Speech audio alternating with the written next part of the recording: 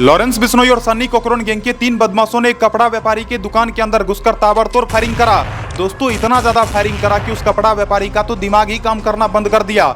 आसपास के लोगों के अंदर डर का माहौल बन गया। बाद में दोस्तों पुलिस वालों ने जब उस तीनों बदमाशों को पकड़ने का कोशिश करा तो एक बदमाश ने पुलिस वालों के ऊपर ही फायरिंग करना शुरू कर दिया। बाद में पुलिस वालों ने उसके पैर में गोली मार दिया। बाकी 2 बदमाश वहां से फरार हो गया। बाद में दोस्तों जब उन दोनों बदमाश को पकड़ने के लिए मेरठ पुलिस जाती है तो वो लोग पुलिस वालों का एक पिस्तौल छीन लिया और पुलिस वालों के ऊपर पुनः फायरिंग करने का कोशिश करा। आज के इस वीडियो में दोस्तों आपको जो हम बताने वाले हैं उसको जानकर आप लोगों को लगेगा कि वो तीनों शूटर कितना ज्यादा सनकी होगा। हालांकि एक तो गिरफ्तार हो गया, उन दोनों के बारे में दोस्तों जो जानकारी निकलकर सामने आ रही है उसने हर किसी का दिमाग हिलाकर रख दिया। तो आज के इस वीडियो में आपको हम बताएंगे लॉरेंस बिश्नोई गैंग और सन्नी कोकरोन गैंग के बीच क्या संबंध है। इसके अलावा दोस्तों आपको हम बताएंगे किस तरह से हरियाणा के गुरुग्राम के अंदर जहां की 10 अपराधियों को गिरफ्तार करा गया था, उन 10 का कनेक्शन लॉरेंस बिश्नोई गैंग के साथ जोड़ा जा रहा था और उन 10 के बारे में बताया जा रहा था दोस्तों वो कौशल चौधरी गैंग से टकराने वाला था। तो आज के इस वीडियो में दोस्तों एक एक करके तमाम बातों का खुलासा करेंगे। और पिछले वीडियो में मैंने आप सबों को बताया था दोस्तों हरियाणा के भोंडसी जेल के अंदर गैंगवार की आशंका जताई जा रही थी। तमाम बातों का चर्चा सिलसिलेवार तरीके से आज के इस वीडियो में हम करेंगे। लेकिन सबसे पहले आप सभी भाइयों को, सभी दोस्तों को नमस्कार, प्रणाम, आदाब, सत श्री अकाल, जय श्री महाकाल दोस्तों। और इस वीडियो को देखने वाले सभी भाइयों और सभी बहनों को दिल से सलाम। चलो आज के इस वीडियो की शुरुआत करते हैं। आपको हम एक एक करके तमाम बातों का जानकारी देते हैं। दोस्तों मैंने पहले भी आप लोगों को बताया था किस तरह से गैंगस्टर सादमान को गिरफ्तार करा गया था, लेकिन इस कहानी को दोस्तों मैं पुनः आप लोगों को बता देता हूं ताकि आप लोगों को समझने में थोड़ा सहूलियत हो। बताया जाता है दोस्तों एक कपड़ा व्यापारी जो कि लावड़ शहर के अंदर अपना दुकान खोल रखे थे, जिनका नाम था दोस्तों सुदेश सैनी, तिहाड़ जेल के अंदर से गैंगस्टर सन्नी कोकरोन और गैंगस्टर अतुल जाट फोन करता है। उस कपड़ा व्यापारी से कहता है कि तुम्हें 5 लाख रुपये देने होंगे। दोस्तों वो कपड़ा व्यापारी कहता है किस बात का मैं तुम्हें 5 लाख रुपया दूंगा। दोस्तों जैसे ही वो ये बात बोलता है सन्नी कोकरोन कहता है ठीक है बेटा तो रुक जा, अभी तुमको हम अपना औकात दिखाते हैं। और दोस्तों 2 घंटे बाद बताया जाता है 3 शूटर आता है और उस कपड़ा व्यापारी के दुकान के अंदर घुसकर ताबड़तोड़ फायरिंग करना शुरू कर देता है, जिसमें एक का नाम था दोस्तों गैंगस्टर सादमान, दूसरे का नाम था गैंगस्टर सूरज और तीसरे का नाम था गैंगस्टर रवि। बताया जाता है गैंगस्टर सादमान, गैंगस्टर रवि और गैंगस्टर सूरज तीनों ने मिलकर उस कपड़ा व्यापारी को परेशान करके रख दिया। बाद में दोस्तों उसके दुकान के अंदर फायरिंग करा गया। फायरिंग करने के बाद वो तीनों आरोपी वहां से फरार हो गया। बाद में दोस्तों सुदेश सैनी ने पुलिस स्टेशन में जाकर उन तीनों के खिलाफ मामला दर्ज करवाया और सुदेश सैनी ने यह भी बताया कि तिहाड़ जेल के अंदर से मेरे फोन पर एक नंबर से कॉल आया, तो दोस्तों पुलिस वालों को वो नंबर भी दिया गया। बाद में दोस्तों जब उस नंबर का छानबीन करा गया तो ये पता चला कि उस नंबर से बातचीत जो कि मेरठ के अंदर कुछ और लोगों से भी हो रहा था। और दोस्तों जिस नंबर से बातचीत हो रहा था वो नंबर था गैंगस्टर सूरज का। बताया जाता है गैंगस्टर सूरज, सादमान, रवि तीनों आपस में मिलकर के सन्नी कोकरोन गैंग के लिए काम करता है। इसके अलावा दोस्तों ये लोग लॉरेंस बिश्नोई गैंग के लिए भी काम करता है। बताया जाता है दोस्तों गैंगस्टर सादमान को देर रात गिरफ्तार करा गया, लेकिन इसका गिरफ्तारी इतना आसानी से नहीं हुआ दोस्तों। बताया जाता है जब इन लोगों ने लावड़ के उस कपड़ा व्यापारी की दुकान के अंदर फायरिंग करा उसके बाद ये लोग भागना शुरू कर दिया। बताया जाता है इन तीनों शूटरों ने प्लानिंग करा कि इस शहर को छोड़ करके ही भाग जाएंगे, क्योंकि दोस्तों सुदेश सैनी ने इन तीनों के खिलाफ आपराधिक मामला दर्ज करवा दिया था। सुदेश सैनी ने कहा कि मेरे दुकान के अंदर जितना ज्यादा फायरिंग करा गया इससे न केवल मेरा बदनामी हुआ बल्कि आसपास के लोगों के अंदर भी डर का माहौल बना हुआ है।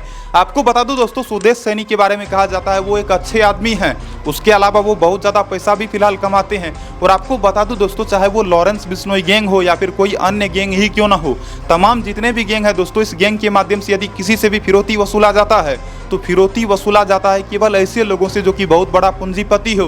किसी गरीब आदमी को ये लोग कभी परेशान नहीं करता। दोस्तों सुदेश सैनी के बारे में बताया जाता है वो बहुत ही अमीर आदमी है, उसके पास बहुत ज्यादा पैसा है। इसीलिए गैंगस्टर सन्नी कोकरोन और गैंगस्टर अतुल जाट ने तिहाड़ जेल के अंदर प्लानिंग करा कि सुदेश सैनी से रुपया वसूलना है। और दोस्तों सन्नी कोकरोन और अतुल जाट के बारे में बताया जाता है ये लोग लॉरेंस बिश्नोई गैंग का समर्थन करता है। आपको बता दूं दोस्तों सुदेश सैनी को धमकी दिया जाता है, उसके बाद उसके दुकान के अंदर फायरिंग करा जाता है। फायरिंग करने के बाद थाने में मुकदमा दर्ज करवाया जाता है, जिसके बाद इस तीनों शूटर को पकड़ने के लिए मेरठ पुलिस जो कि अलग अलग जगहों पर दबिश देना शुरू कर देती है। मेरठ पुलिस को इनपुट मिलता है दोस्तों कि ये लोग इंचोली थाना क्षेत्र के अंदर है। फाइनली दोस्तों इन तीनों को घेरा तो जाता है, लेकिन बताया जाता है 2 शूटर वहां से फरार हो जाता है, जिसमें कि एक का नाम रवि और दूसरे का नाम सूरज था। दोस्तों उन दोनों के बारे में कहा जाता है उसके ऊपर पुलिस वालों ने 25,000 रुपये का इनाम घोषित करा था। हालांकि दोस्तों वारदात पर बताया जाता है गैंगस्टर सादमान को गिरफ्तार कर लिया गया। इस सादमान के बारे में बताया जाता है दोस्तों ये तीनों जो कि साथी था, लेकिन सादमान जिसने अपना पिस्तौल निकाला और पुलिस वालों के ऊपर फायरिंग करना शुरू कर दिया। इसके बारे में कहा जाता है दोस्तों इन तीनों शूटरों में ये सबसे ज्यादा सनकी था, इसको पुलिस वालों का भी डर नहीं हो रहा था। ये कहा जाता है दोस्तों कि इसने प्लानिंग कर लिया कि पुलिस वालों को ही मार देंगे, जब पुलिस वालों को ही मार देंगे तो हमको कोई पकड़ेगा ही नहीं। आप सोचो दोस्तों ये दिमाग से कितना ज्यादा पागल है, कितना ज्यादा सनकी है, इसने पुलिस वालों को ही मारने का प्लानिंग कर लिया। बाद में दोस्तों फिर क्या था, मेरठ पुलिस ने भी इसे गोली मार दिया, गोली जाकर इसके पैर में लगा, पैर में लगने के बाद इसे गिरफ्तार कर लिया गया, बाद में इसे अस्पताल में भर्ती करवाया गया। अब दोस्तों बात करते हैं गैंगस्टर सूरज और गैंगस्टर रवि के बारे में क्या जानकारी निकलकर सामने आ रही है। बताया जाता है गैंगस्टर रवि और गैंगस्टर सूरज तिहाड़ जेल में बैठे गैंगस्टर सन्नी कोकरोन से अक्सर बातचीत करता था, और ये भी कहा जाता है दोस्तों तिहाड़ जेल के अंदर से ही सन्नी कोकरोन अपने गैंग को चलाता है। उत्तर प्रदेश के अंदर सन्नी कोकरोन ने अलग अलग जगहों पर कई तरह का कांड करा है। हालांकि दोस्तों सन्नी कोकरोन के बारे में बताया जाता है वो तिहाड़ जेल के अंदर अतुल जाट के साथ मिलजुल करके अपराध करता है। और आप सोच सकते हो दोस्तों तिहाड़ जेल के अंदर जब वो बंद है तो उसके पास मोबाइल फोन कहां से आया। यही है दोस्तों गैंगस्टर सन्नी कोकरोन। यहाँ पर आप देख सकते हो दोस्तों, आपको देखने में लगता होगा दोस्तों ये बिल्कुल दुबला पतला सा लड़का है, लेकिन दोस्तों ये दुबला पतला सा लड़का दिमाग से बेहद शातिर है। ये आपको लगता होगा कि कोई मामूली आदमी है, लेकिन दोस्तों इसने दो मर्डर कर रखा है। हालांकि दोस्तों इसने एक मर्डर अपने गांव के अंदर ही करा था, एक व्यक्ति था जिसका इसने दिन दहाड़े गोलियों से भूनकर उसका हत्या कर दिया था। तो दोस्तों बताया जाता है गैंगस्टर सन्नी कोकरोन फिलहाल तिहाड़ जेल के अंदर बंद है, लेकिन सबसे अहम सवाल यह आता है दोस्तों कि सन्नी कोकरोन के पास मोबाइल फोन कहां से आया। इसमें गलती तो तिहाड़ जेल प्रशासन का ही है। मुझे लगता है दोस्तों जेल के अंदर अच्छे तरीके से प्रतिदिन छानबीन किया जाना चाहिए। हालांकि आगे देखते हैं दोस्तों सन्नी कोकरोन के बारे में क्या पता चलता है। फिलहाल सन्नी कोकरोन गैंग में काम करने वाले गैंगस्टर सादमान को तो गिरफ्तार कर ही लिया गया। बाकी दोस्तों बताया जाता है रवि और सूरज का भी पता लग गया पुलिस वालों को। मेरठ पुलिस को जब पता चला कि रवि और सूरज जो कि आसपास में ही छिपा हुआ है, तो बताया जाता है दोस्तों बाद में पुलिस वालों ने एक टीम का गठन करा। टीम का गठन करने के बाद रवि और सूरज को गिरफ्तार करने के लिए उसके ठिकाने पर पहुंच जाती है पुलिस वाले। दोस्तों पुलिस वाले जब उसके ठिकाने पर पहुंचते हैं तो रवि और सूरज जो कि पुलिस वालों पर ही गुस्सा करना शुरू कर देता है। वो पुलिस वालों से कहता है कि हम आपको कुछ भी नहीं बताएंगे, हम कुछ भी नहीं जानते हैं। और बाद में दोस्तों सूरज के बारे में बताया जाता है वो दरोगा साहब का पिस्तौल ही छीन लेता है।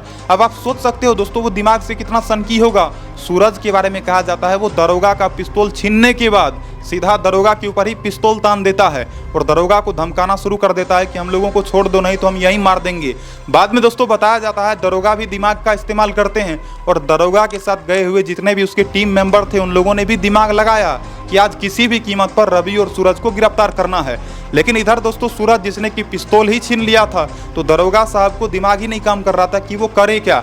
लेकिन फिर भी दोस्तों उन लोगों ने दिमाग लगाया और आखिरकार बताया जाता है दरोगा विजय शुक्ला जिन्होंने आखिरकार रवि और सूरज को गिरफ्तार कर लिया।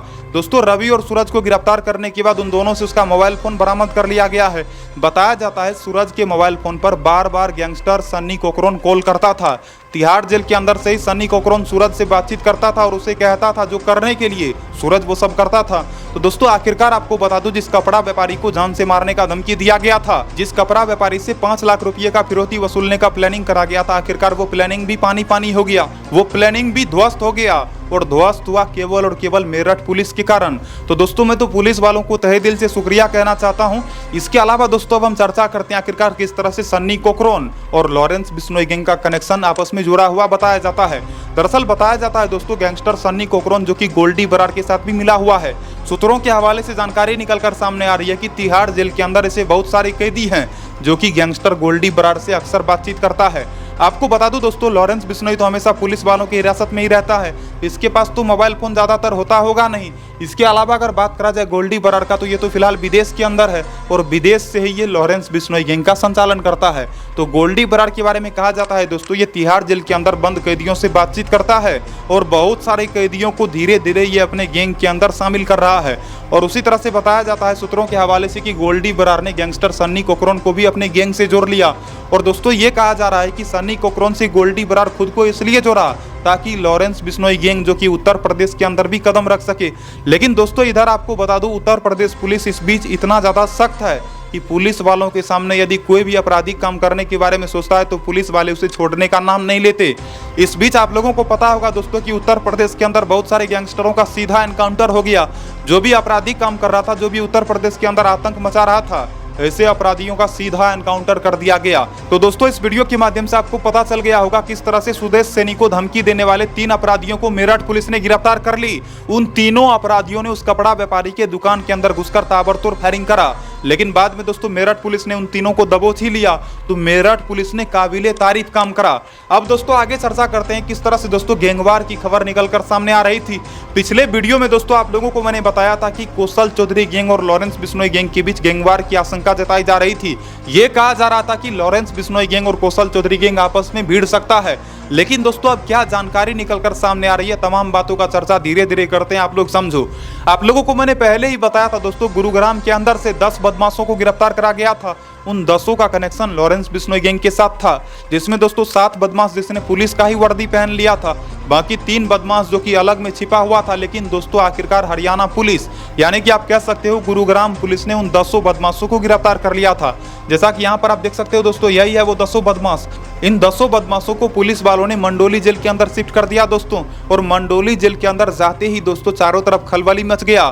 चारों तरफ दोस्तों खबर फैलना शुरू हो गया कि इस बार लॉरेंस बिश्नोई गैंग के 10 बदमाश जो कि कौशल चौधरी गैंग के बदमाशों से बदला ले सकता है। बाकी आपको बता दूं दोस्तों, कौशल चौधरी जो कि साल 2022 से ही लॉरेंस पर गुस्साया हुआ है। और कौशल चौधरी के बारे में कहा जाता है दोस्तों, वो हरियाणा का बेहद खतरनाक गैंगस्टर है। कौशल चौधरी के बारे में मैंने पहले भी आप लोगों को बताया था कि उसके खिलाफ 150 से 200 आपराधिक मामले दर्ज हैं। तो कौशल चौधरी खतरनाक तो है ही दोस्तों, बाकी वो लॉरेंस बिश्नोई पर गुस्साया हुआ भी है। और गुस्साया हुआ इसलिए है क्योंकि दोस्तों पंजाबी सिंगर सिद्धू मूसेवाला का जो मर्डर हुआ था, उसी मर्डर के बाद कौशल चौधरी ने कहा था कि हम लॉरेंस बिश्नोई से बदला लेंगे। लेकिन दोस्तों कौशल चौधरी अब तक लॉरेंस बिश्नोई से बदला नहीं ले पाया। तो कहा जा रहा था दोस्तों कि कौशल चौधरी के लिए ये एक अच्छा मौका था, क्योंकि दोस्तों हरियाणा के मंडोली जेल के अंदर लॉरेंस बिश्नोई गैंग के 10 बदमाशों को रखा गया और उसी जेल के अंदर कौशल चौधरी गैंग के बदमाश भी हैं। यहाँ तक कि बताया जाता है कौशल चौधरी भी उसी जेल के अंदर बंद है दोस्तों। तो भौंडसी जेल के अंदर यदि लॉरेंस बिश्नोई के साथियों का पिटाई हो जाता, तो लॉरेंस बिश्नोई के साथियों का पिटाई मतलब लॉरेंस बिश्नोई को झटका देना, तो कौशल चौधरी को तो किसी भी तरह से लॉरेंस बिश्नोई को झटका देना है। और झटका देने के लिए दोस्तों कौशल चौधरी जो कि किसी भी हद तक जा सकता है। तो ये खबर निकलकर सामने आ रही थी कि इन 10 बदमाशों का जेल के अंदर पिटाई हो सकता है। तो इस तरह की जो दोस्तों खबरें निकलकर सामने आ रही थी, अब तक दोस्तों इस तरह का कोई भी बात जेल के अंदर देखने को नहीं मिला। इसके अलावा कहा जा रहा है दोस्तों, जब से ये खबर चारों तरफ फैलना शुरू हुआ कि भौंडसी जेल के अंदर गैंगवार की आशंका है, उसके बाद कहा जा रहा है दोस्तों हरियाणा के भौंडसी जेल के अंदर अब पूरी तरह से सुरक्षा को सख्त कर दिया गया है और कोई भी अपराधी आपस में एक दूसरे से लड़ाई झगड़ा नहीं कर सकता है। इसके अलावा दोस्तों कहा जा रहा है भौंडसी जेल के अंदर अब पुनः जांच पड़ताल शुरू कर दिया गया है। क्या किसी कैदी के पास कोई मोबाइल फोन भी है, इन तमाम चीज़ों का पता लगाया जा रहा है। इसके अलावा आपको बता दूं दोस्तों, कौशल चौधरी की सुरक्षा को भी बढ़ा दिया गया है। कौशल चौधरी के ऊपर पुलिस वाले कड़ी दृष्टि कराए हुए हैं। तो आगे देखते हैं दोस्तों, क्या कौशल चौधरी हरियाणा के अंदर लॉरेंस बिश्नोई के साथियों से बदला ले पाएगा, क्योंकि दोस्तों कौशल चौधरी का आपराधिक क्षेत्र हरियाणा ही है। हरियाणा के अंदर कौशल चौधरी ने कई तरह का कांड करा है। और दोस्तों मैंने आप लोगों को पहले भी कहा है कि अपने घर में बिल्ली भी खुद को शेर समझता है। तो हरियाणा के भौंडसी जेल के अंदर गैंगस्टर कौशल चौधरी के बहुत सारे गुर्गे वहां पर हैं। इसीलिए कौशल चौधरी के बारे में कहा जा रहा था कि वो लॉरेंस बिश्नोई से सिद्धू मूसेवाला का बदला ले सकता है। लेकिन दोस्तों इस तरह का कोई भी हरकत कौशल चौधरी को करने के लिए हो ही नहीं पाएगा, क्योंकि हरियाणा पुलिस जेल के अंदर अब पूरी तरह से पाबंदी लगा दी है। कोई भी कैदी आपस में एक दूसरे से बातचीत तक नहीं कर सकता। तो अच्छी बात है दोस्तों, हरियाणा पुलिस इस बीच जिस तरह से सख्ती दिखाई है, ये काबिले तारीफ बात है। दोस्तों आप सोच सकते हो जिस तरह से उस कपड़ा व्यापारी के दुकान के अंदर घुसकर ताबड़तोड़ फायरिंग करा गया, तो दोस्तों उसको गिरफ्तार करा आखिरकार मेरठ पुलिस ने। उसके अलावा दोस्तों आपको बता दूं, हरियाणा के गुरुग्राम के अंदर इन 10 ने आपराधिक काम करने के लिए आया हुआ था। इन 10 के बारे में कहा जा रहा है दोस्तों, इन 10 ने हरियाणा के अंदर लूटपाट करने के लिए आया था। इन 10 ने कुछ लोगों का अपहरण करने के लिए भी आया हुआ था। लेकिन हरियाणा पुलिस ने आखिरकार इन 10 को गुरुग्राम से गिरफ्तार कर ली। तो गुरुग्राम पुलिस ने भी काबिले तारीफ काम करी। इसके अलावा दोस्तों मेरठ पुलिस ने भी काबिले तारीफ काम करी। तो क्या ही कहना, अच्छी बात है दोस्तों। इस बीच में देख रहा हूँ कि अच्छी अच्छी खबरें निकलकर सामने आ रही है। उसके अलावा कुछ बुरी खबरें भी निकलकर सामने आ रही है। तो आपको बता दूं दोस्तों, लॉरेंस बिश्नोई गैंग और कौशल चौधरी गैंग के बारे में अगर कहा जाए तो हरियाणा के अंदर कौशल चौधरी गैंग ही ज़्यादा मजबूत है। लॉरेंस बिश्नोई गैंग भी हरियाणा के अंदर एक्टिव है, ये बात सही है, लेकिन हरियाणा के अंदर लॉरेंस बिश्नोई गैंग का बोलबाला नहीं है। बोलबाला तो कौशल चौधरी का ही है। इसके अलावा आप लोग दोस्तों यहाँ पर देख रहे हो नीरज बवाना का फोटो। तो भाई नीरज बवाना के बारे में कहा जाता है हरियाणा के अंदर अब नीरज बवाना भी अपना कदम रख रहा है। हालांकि इस बीच दोस्तों देखा गया है कि नीरज बवाना किसी भी तरह से कुछ भी नहीं कर रहा है। अब ऐसा लग रहा है दोस्तों कि नीरज बवाना पूरी तरह से सुधर गया। अब ऐसा लग रहा है दोस्तों कि नीरज बवाना किसी भी तरह से अपराध नहीं करना चाहता। पिछले कई वर्षों से आपको पता होगा दोस्तों कि नीरज बवाना दिल्ली की तिहाड़ जेल के अंदर बंद है, और जेल के अंदर बंद रहने के बाद तो आपको पता ही होगा कि कैसा भी इंसान धीरे धीरे सुधर ही जाता है। बहुत कम ही होता है दोस्तों जो कि नहीं सुधरता है, लेकिन मैक्सिमम लोग तो सुधर ही जाते हैं। अब क्या पता नीरज बवाना आपराधिक काम नहीं करना चाहता हो, तो अच्छी बात है, नीरज बवाना आपराधिक काम ना करें। इसके अलावा दोस्तों मैं आपको बता दूं, रोहित गोदारा के बारे में भी मैंने आपको कल बताया था कि किस तरह से राजस्थान के कारोबारी को इसने जान से मारने का धमकी दिया था, उससे फिरौती वसूलने का कोशिश करा था। इसने 5 करोड़ रुपये का मांग करा था। आपको बता दो दोस्तों, एक ज्वेलरी के मालिक को इसने धमकी दिया था, उससे कहा था कि तुम 5 करोड़ दे दो, यदि तुमने 5 करोड़ नहीं दिए तो तुम्हारा जान ले लेंगे। तो इस तरह का खबर कल निकल कर सामने आया था, जो मैंने पिछले वीडियो में ही आप लोगों को बता दिया था। इसके अलावा बहुत सारे लोग कमेंट करते हैं कि लॉरेंस बिश्नोई कोई गैंगस्टर नहीं है, बस ऐसे ही मीडिया वालों ने इसे बदनाम कर दिया। तो देखो दोस्तों, अगर सच कहा जाए तो लॉरेंस बिश्नोई पहले गैंगस्टर तो नहीं था। ये जब कॉलेज लाइफ में था दोस्तों तो बिल्कुल अच्छा लड़का था और पढ़ने में भी बहुत अच्छा था। लॉरेंस बिश्नोई के बारे में बताया जाता है ये दिमाग से बेहद तेज था, लेकिन दोस्तों कॉलेज के अंदर मारपीट हो गया, और उसी मारपीट के कारण जब ये जेल आया तो जेल आने के बाद दोस्तों धीरे धीरे इसके खिलाफ इतना मुकदमा चलाया गया कि धीरे धीरे ये खुद ही गैंगस्टर बन गया, इसके ऊपर गैंगस्टर का मुहर लग गया। तो आपको बता दो दोस्तों, लॉरेंस बिश्नोई के बारे में बहुत सारे लोग ऐसे हैं जो कि इसका समर्थन करते हुए कहते हैं कि लॉरेंस कोई अपराधी नहीं है, बल्कि इसे अपराधी बनाया गया है। तो बहुत सारे लोगों का ऐसा कहना होता है, और बहुत सारे लोगों ने कहा था कि भाई वीडियो में थोड़ा जिक्र भी कर देना, तो मैंने थोड़ा सा जिक्र कर दिया। इसके अलावा दोस्तों आप लोग लॉरेंस बिश्नोई के बारे में क्या सोचते हो, कौशल चौधरी के बारे में क्या सोचते हो, नीरज बवाना के बारे में क्या सोचते हो। साथ ही साथ दोस्तों जिस तरह से हरियाणा के अंदर से लॉरेंस बिश्नोई गैंग के 10 बदमाशों को गिरफ्तार करा गया, उसके अलावा दोस्तों मेरठ के अंदर से लॉरेंस बिश्नोई और सन्नी कोकरोन गैंग के 3 बदमाशों को गिरफ्तार करा गया, उसके बारे में आपका क्या कहना है? क्या पुलिस वालों ने अच्छा काम करा या फिर नहीं करा? कमेंट सेक्शन में लिख के बताना। इसके अलावा इस वीडियो के अंत में एक और बात कहना चाहूँगा दोस्तों कि मैं हमेशा कहता हूँ कभी भी आपराधिक काम मत करो, अच्छा काम करो, अच्छा रास्ता चुनो दोस्तों। अच्छा रास्ता चुनोगे तभी जिंदगी में आगे बढ़ पाओगे। और बहुत सारे ऐसे लोग हैं दोस्तों, यदि मैं किसी को बोलता हूँ कि भाई अच्छा बनो, तो वो कहेगा कि भाई अच्छा बनने में कोई फायदा नहीं है। अब देखो दोस्तों, बुरा बनने में ही क्या फायदा है? अब अगर बुरा बनने में फायदा होता तो ये लोग अभी जेल के अंदर तो बंद नहीं होता, अभी ये लोग मस्ती से जिंदगी जीता। तो बुरा करने में घाटा तो है मेरे भाई, बुरा काम नहीं करना चाहिए। इसके अलावा जिनको बुरा बनना है, मैं उनको एक बार फिर से निवेदन करके कहूँगा कि भाई बुरा मत बनो। देखो थोड़ा सा बुरा बनना चाहिए, लेकिन बुरा बनने के चक्कर में आप कातिल बन जाओ, अपराधी बन जाओ, किसी का मर्डर कर दो, हत्या कर दो, ये सब चीज़ तो सही नहीं है। तो थोड़ा सा बुरा होना चाहिए, लेकिन ज़्यादा बुरा बनना जो कि गलत हो जाता है, तो ज़्यादा बुरा नहीं बनना है। इसके अलावा मैं आपसे हमेशा निवेदन करता हूं कि आपराधिक काम नहीं करने का, किसी भी अपराधी का समर्थन नहीं करने का मेरे दोस्त। और सोशल मीडिया का इस्तेमाल तो आप सभी लोग करते हैं, तो मैं बार बार आप लोगों से अपील तो करता ही रहता हूं कि सोशल मीडिया के माध्यम से कभी भी किसी भी अपराधी का समर्थन मत करो, कभी भी किसी भी अपराधी को फॉलो मत करो। अच्छा काम करो, अच्छा रास्ता चुनो, और आपके परिवार में आपके माता पिता आपको जो भी आदेश देते हैं उस बात को मानने का कोशिश करो। देखो माँ बाप की बात को नहीं मानोगे तो बहुत ज़्यादा तकलीफ होगा, और कोई भी माँ बाप नहीं चाहते हैं कि उसका बेटा अपराधी बन जाए, उसका बेटा गलत काम करना शुरू कर दे, उसका बेटा कोई अच्छा काम ना करे, ऐसा कोई भी माँ बाप नहीं चाहते हैं। सभी माँ बाप चाहते हैं कि उसका बेटा एक सक्सेसफुल इंसान बने। तो खुद को सक्सेसफुल बनाने के बारे में सोचो, कभी भी ये मत सोचो कि मुझे गलत काम करना है। मैं हमेशा आप लोगों से अपील करता रहता हूँ। बाकी आप हमारे बातों को मानते हो या फिर नहीं मानते हो, ये तो आपके ऊपर है, मैं ज़्यादा कुछ क्या ही बोलूँगा। आप लोग खुद ही समझदार हो, भगवान ने आप लोगों को खुद ही बुद्धि दे रखा है, तो खुद ही सोचो क्या करना सही है, क्या करना गलत है, और जो सही लगता है उसको करो। फिलहाल इस वीडियो में इतना ही दोस्तों। वीडियो को लाइक करना, यदि आप ये वीडियो फेसबुक पेज पर देख रहे हो तो सरकार मोटिवेशन फेसबुक पेज को फॉलो करना। अगर ये वीडियो आप सरकार मोटिवेशन फेसबुक पेज पर नहीं देखकर यूट्यूब चैनल पर देख रहे हो तो सरकार मोटिवेशन यूट्यूब चैनल को सब्सक्राइब करना। और यदि आप सरकार मोटिवेशन इंस्टाग्राम पेज को अब तक फॉलो नहीं करे हो तो आप यदि इंस्टाग्राम चलाते हो तो सरकार मोटिवेशन इंस्टाग्राम पेज को भी फॉलो करना। बाकी हमेशा हमसे जुड़े रहना, और इसी तरह से आप लोगों से हम मिलते जुलते रहेंगे नए नए वीडियोज़ के साथ, नए नए खबरों के साथ। तब तक मस्त रहो दोस्तों, स्वस्थ रहो दोस्तों, और अपने परिवार वालों के साथ हमेशा खुश रहो दोस्तों। जय हिंद दोस्तों, मिलता हूं अगले नए वीडियो में, तब तक के लिए इतना ही। फिलहाल इस वीडियो में इतना ही दोस्तों, मिलता हूं अगले नए वीडियो में नई खबर के साथ। तब तक अच्छे से रहना और ज़्यादा कुछ नहीं कहना है। जय हिंद दोस्तों, मिलता हूं अगले नए वीडियो में नई खबर के साथ।